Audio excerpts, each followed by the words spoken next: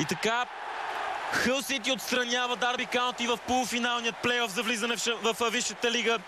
И тимът ще се изправи на 28 май на Уембли срещу Шефилд Уенсдей, който отстрани Брайтън енд Хоув Албион. Да, Хъл Сити днес загуби, да, Хъл Сити днес не показа най-доброто си лице, но Хъл Сити оцеля срещу Дарби Каунти. 2-0 на Кейси Стадиум, втора победа за отбора на Дарби Каунти, а сега неприятни сцени по терена.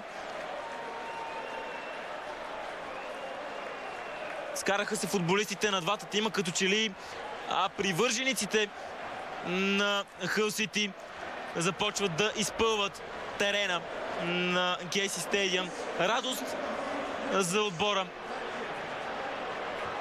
на Хъл Сити, който все пак се класира за финал и може ли да се върне във Висшата лига само след един сезон престой в Чемпионшип. И така финалът е фиксиран. Шефилд Уенсдей срещу отбора на Хъл Сити. Датата е ясна. 28 май. А мястото е както винаги Уембли. За мен Илия Атанасов бе изключително удоволствие да коментирам тази среща. Останете с нашата студийна програма и разбира се с нашите канали, защото спортът в тях никога не свършва.